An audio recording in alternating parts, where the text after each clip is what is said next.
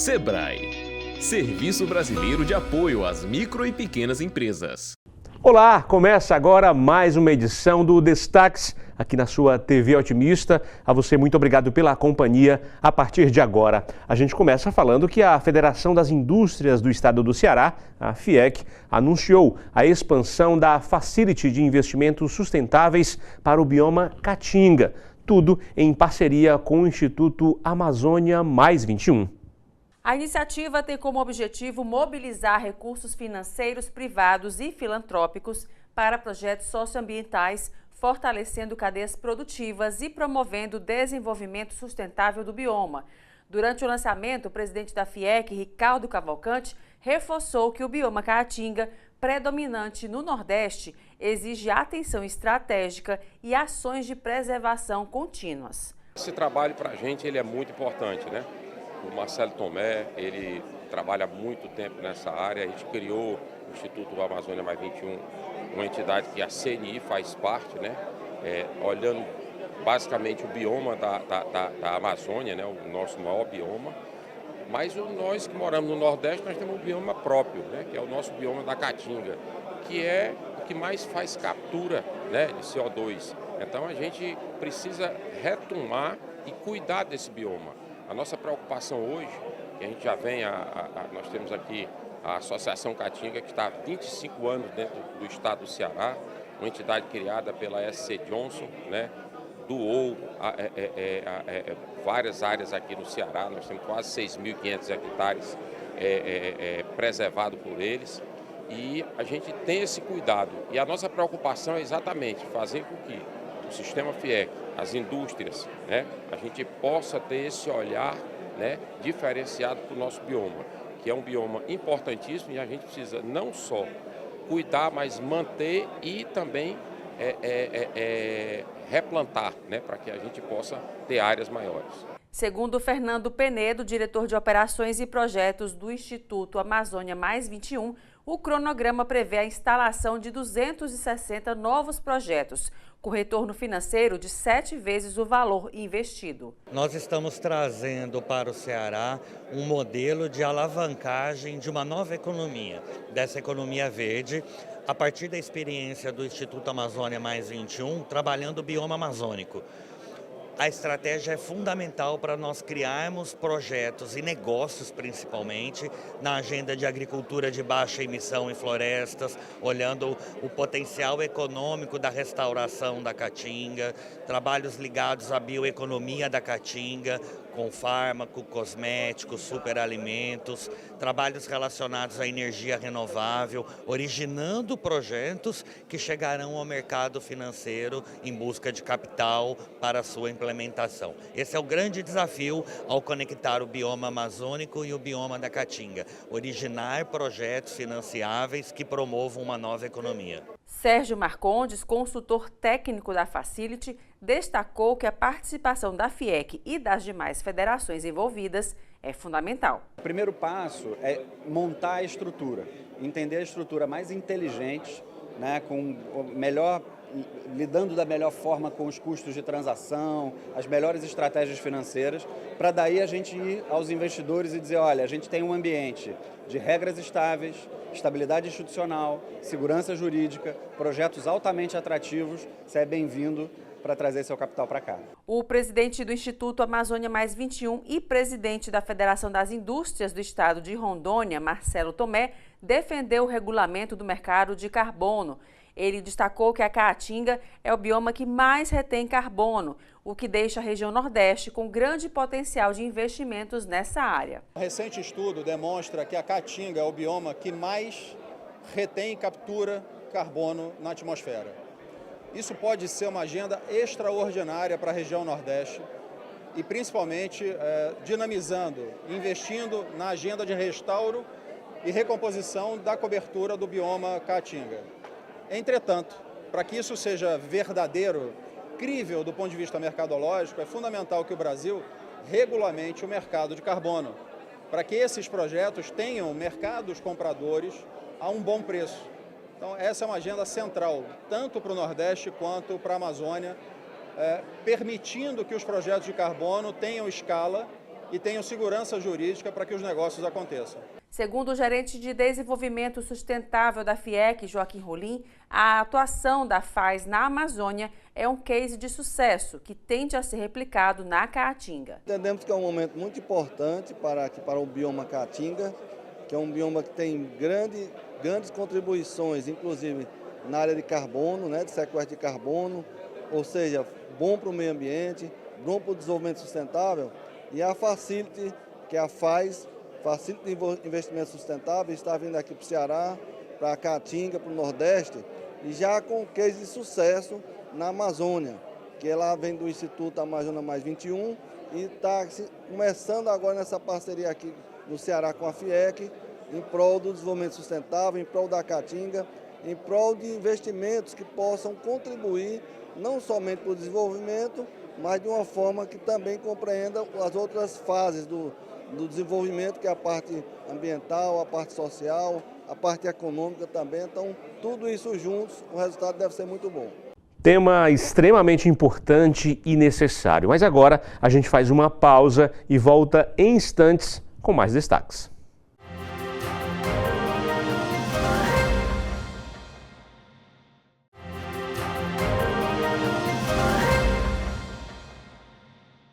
De volta agora para falar sobre o necessário espaço feminino e a proteção das mulheres. A jornalista Elaine Oliveira conversou aqui no estúdio sobre tudo isso com Anete de Castro, cofundadora do grupo Mulheres do Brasil. Anete, obrigada pela sua presença aqui com a gente. A gente está agora nesse mês de agosto, né? Relembrando aí o Agosto Lilás. A gente fala muito da questão da violência contra a mulher, né? E aí na questão da violência física, mas existem tantas formas, infelizmente, né? de violência patrimonial, né? Emocional, enfim. Como é que se dá, né? Como é que a gente consegue discutir para além disso, né? E também, sobretudo, modificar a sociedade para que a gente não tenha vários outros anos de Agosto Lilás, né? Pois é, infelizmente a gente precisa ter ainda, né, Agosto Lilás. E como você falou, no meu ponto de vista, a violência, ela faz parte de um ecossistema. Quando a gente fala violência Agosto Lilás, a gente sempre pensa na violência física. Porém, a violência moral, a chantagem, a violência em termos de igualdade, igualdade de salários, igualdade de oportunidades, tudo isso é violência dentro da nossa sociedade. E eu entendo que tudo, na realidade, nasce dentro da gente, começa com a gente, o pensamento. Como que a gente está perante a igualdade da nossa própria sociedade. E começa em casa. Muitas vezes se fala, olha, 1.500 mulheres vão morrer esse ano por feminicídio. Porém, quantos milhares de mulheres estão num lar que deveria ser o mais seguro, o lugar mais seguro da sua vida, sofrendo violência? Que seja violência física ou moral. Esse é o grande problema. E a gente precisa se atentar a isso, pelo menos a gente está falando. Isso, né? E aí nesse caso, falando um pouco da questão empresarial, né, da área da economia, assim, a gente vê muitas mudanças aconteceram já, né? A gente vê cada vez mais as mulheres em cargos de chefia, de liderança, mas ainda precisa caminhar muito para isso? Como é que é a sua ótica nesse sentido? Sim, ainda precisa caminhar bastante. Numa avaliação simples, a mulher é 52% da população, porém ela não está em posições de tomada de decisão nessa mesma igualdade.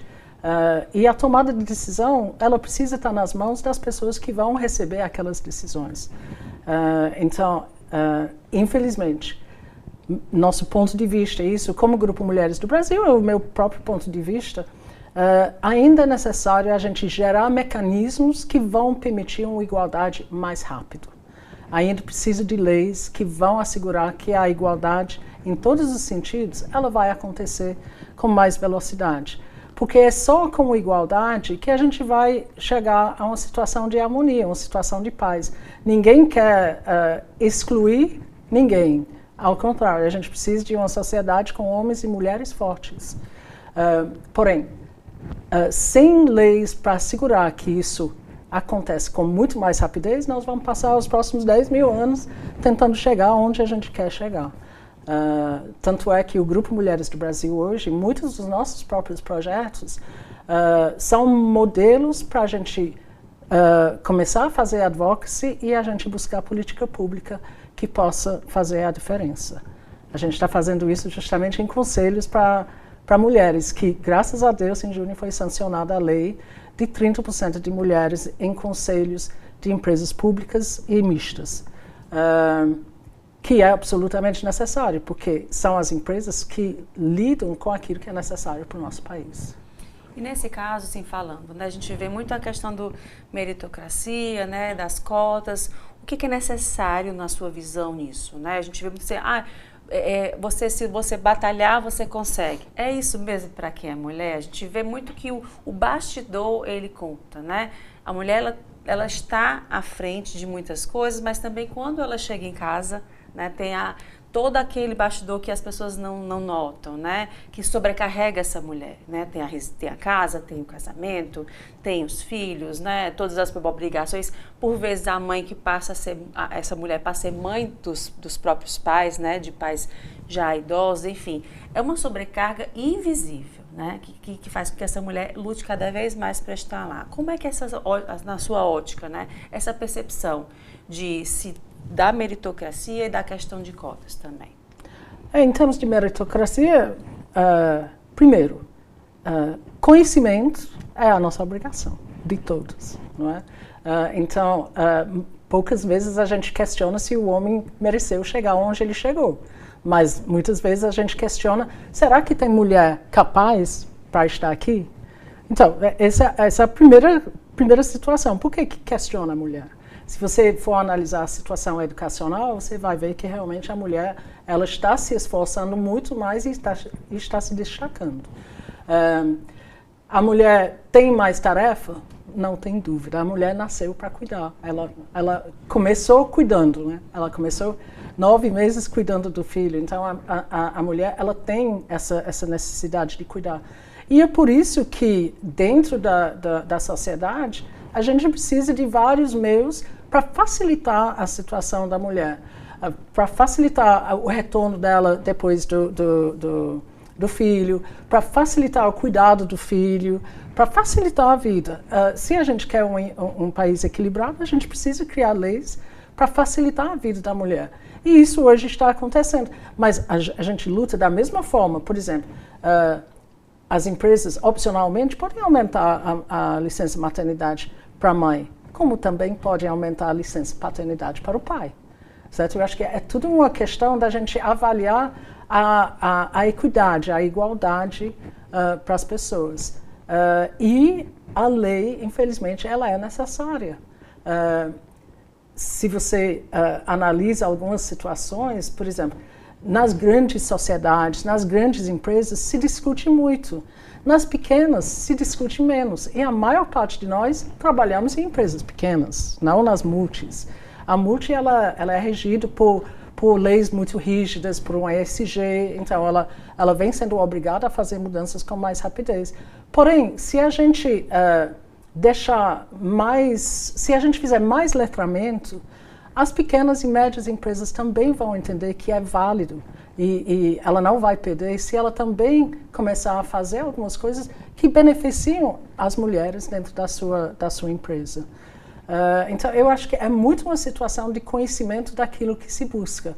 Não se busca nada a não ser um equilíbrio dentro da sociedade. Olha, esse bate-papo continua daqui a pouquinho, a gente faz um rápido intervalo e volta em instantes.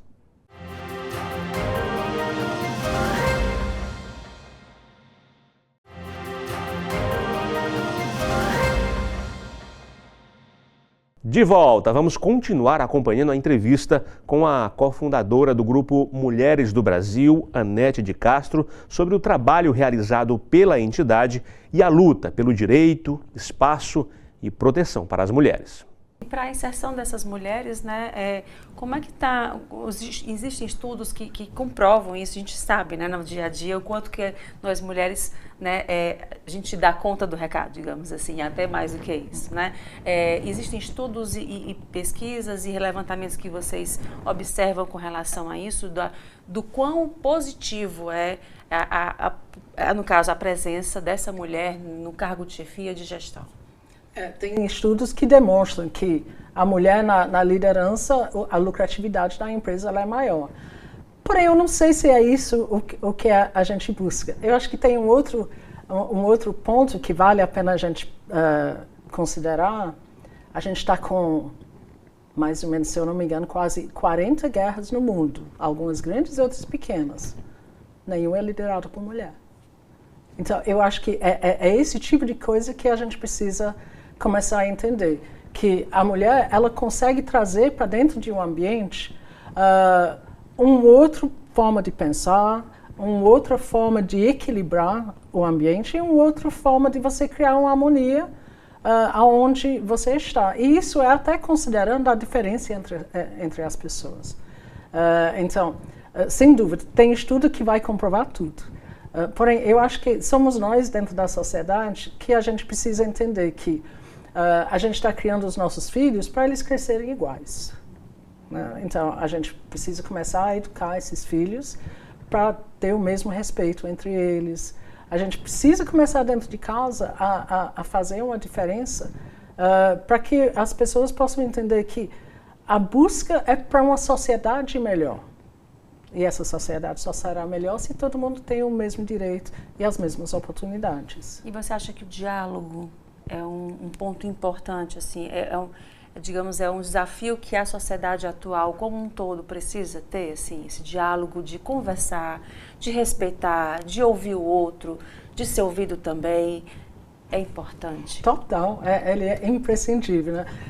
Eu acho que esse diálogo, primeiro, ele é muito bom no sentido, no passado, eu sou inglesa, né? E a gente tinha uma frase, a criança precisa ser vista e não ouvida.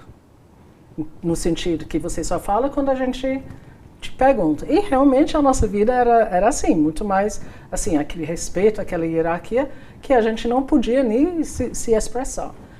Eu acho que a sociedade evoluiu bem, eu acho que o Brasil está muito bem evoluído nesse sentido de permissão, né? Você pode ser quem você quer ser, você pode assumir igualdades de direitos de LGBTQIA+. O Brasil está muito evoluído. Porém, normalmente a gente vai dizer, eu acho que muitos de nós vão dizer, olha, eu sou o espelho dos meus pais, ou eu sou até melhor do que os meus pais. Eu costumo dizer, meus filhos são versão melhorada, né? Mas a gente precisa ter algo para se espelhar. Se a gente analisa a nossa governança aqui nesse país, tem pouca coisa que a gente vai ter orgulho de se espelhar. A forma de falar, a forma de se respeitar, aquilo que a gente está enxergando no Congresso brasileiro, não é digno de dirigentes. Dirigente discute, conversa, debate, discorda, porém, não vai além nesse sentido. E a gente está vendo exemplos aqui no Brasil, no meu ponto de vista, de falta de preparo para dirigir o país que a gente deseja. Eu diria que a maior parte das pessoas desejam um equilíbrio na sociedade, desejam direitos iguais. A maior parte das pessoas são coerentes nesse sentido. Porém, tem formas e formas da gente chegar onde a gente quer chegar. É por isso, infelizmente, que a gente está chegando a algumas coisas via leis. E ainda vamos precisar, durante muito tempo, as leis para a gente ganhar essa velocidade que a gente precisa. Anete, fala um pouco do grupo, né? O Grupo de Mulheres do Brasil, então, tão grandioso, tão aguerrido, né? Eu lembro bem aqui no comecinho da TV Otimista, a gente conversando sobre a questão da pandemia, né? O trabalho tão bonito que vocês fizeram de acolhimento, de suporte, de estar à frente, né? todo o trabalho que vocês realizaram e realizam até agora, né? Como é que tem sido esse caminhar, né, até agora? E aí, para esse ano 2025, os trabalhos que vocês também estão realizando, os grupos que estão sendo formados, né, e também se fixando cada vez mais? Bem, o grupo, realmente, a gente tem bastante orgulho, né? O grupo vai fazer 12 anos. A gente começou com 40 mulheres e hoje a gente é 135 mil mulheres em todos os estados do país e em 21 países no exterior. Que basicamente são mulheres que estão devolvendo uma parte do seu tempo, estão usando as suas competências para várias causas em prol a uma igualdade, uma melhoria de vida para todos. E realmente a pandemia foi para todos uma divisão de águas, né? Todos nós tivemos que repensar. Naquela época a gente trabalhou muito na área de saúde, com Unidos pela Vacina, onde a gente abasteceu mais de 4 mil municípios com necessidades para aplicar a vacina. E naquela época a gente mergulhou muito no SUS, o sistema de saúde do Brasil, e a gente aprendeu muito, que fez com que a gente deu continuidade. Primeiro, o SUS, ele é baseado no sistema britânico, o NHS, né? Então, se eu estou dizendo que o SUS é bom, é porque nasceu bem lá na Inglaterra, né? Mas o SUS é um sistema muito bom, muito abrangente, e a gente entendeu que a gente podia contribuir mais nesse sentido. Então, o grupo se aprofundou muito no SUS com as pesquisadoras, e a gente abraçou, após Unidos pela Vacina, a gente abraçou a causa do HPV e o câncer colo de útero, que é o único câncer que tem vacina. E a gente ainda, no Brasil, temos 7 mil mulheres por ano que morrem de câncer colo de útero quando tem vacina. Deveria ser 0. Então, a nossa luta é justamente a eliminação do câncer colo de útero. A gente tem projetos ao redor do país, nesse sentido, muito na área de letramento, para as pessoas entenderem o que devem fazer, quando devem vacinar, quando devem fazer exames. E especificamente aqui no Ceará, a gente tem um projeto ainda maior, patrocinado pelo BNDES e a Humane, que é criar um modelo de tecnologia e de letramento e comunicação dentro de 10 municípios que possa melhorar a cobertura vacinal e a cobertura de rastreio de exames. E esse trabalho, sobretudo para mim, eu costumo dizer, eu não sou da saúde, mas eu aprendi bastante ao longo do último ano em termos de saúde. Eu acho que eu descobri vários pontos nesse sentido. Quantas pessoas boas tem no serviço público, né? Porque muitas vezes a gente fica reclamando, né? A SUS não serve, mas tem muita gente boa dentro do sistema público. E a gente descobriu outra coisa, que na realidade não é necessariamente recurso que falta, porém falta processo, falta comunicação, falta um trabalho em conjunto entre as áreas para você melhorar a situação. E é isso que a gente está fazendo aqui, está sendo extremamente interessante.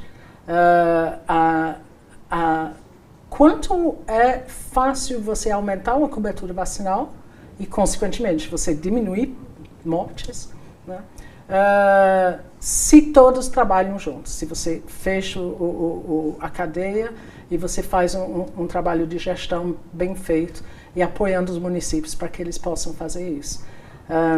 E saúde virou para nós, na realidade, HPV virou para nós um trabalho transversal tal qual a violência contra a mulher. Tudo que a gente faz, a gente vai falar de violência e a gente vai falar de HPV, para assegurar que as pessoas vão se atentar. Por exemplo, eu estou aqui e eu vou dizer, se você tem filho que precisa ser vacinado entre 9 e 14 anos, você está com seus exames em dia? Então, basicamente, a gente está fazendo isso em tudo que a gente está fazendo para a gente melhorar isso.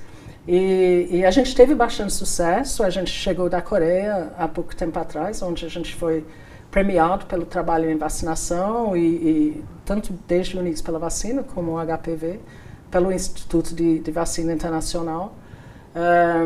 E a gente está continuando a nossa luta, que nunca é uma luta parcial, né? Quando a gente cria mulheres na política, a gente criou Pule para 50% de mulheres na política. Então, nessa aqui, a gente não quer diminuir o câncer colo de útero, a gente quer eliminar porque é possível. Então, é assim que a gente funciona dentro do grupo com as nossas causas. E assim, com a saúde, realmente a gente está muito bem avançado nesse trabalho de unir todos no trabalho. Inclusive, a gente criou a aliança contra o câncer colo de útero, para unir todas as entidades e para fazer uma troca de boas práticas nesse sentido, para a gente fazer a melhoria na vida do pessoal nosso. Tá, joia, Nete. Muito obrigada mais uma vez pela sua presença aqui com a gente. Que bom conversar com você mais uma vez aqui e a gente já aguarda uma próxima oportunidade. Obrigada, viu? Obrigada. Esse foi mais um Destaques aqui na TV Otimista. A você, obrigado pela companhia até agora. Continue acompanhando a nossa programação. Até a próxima edição.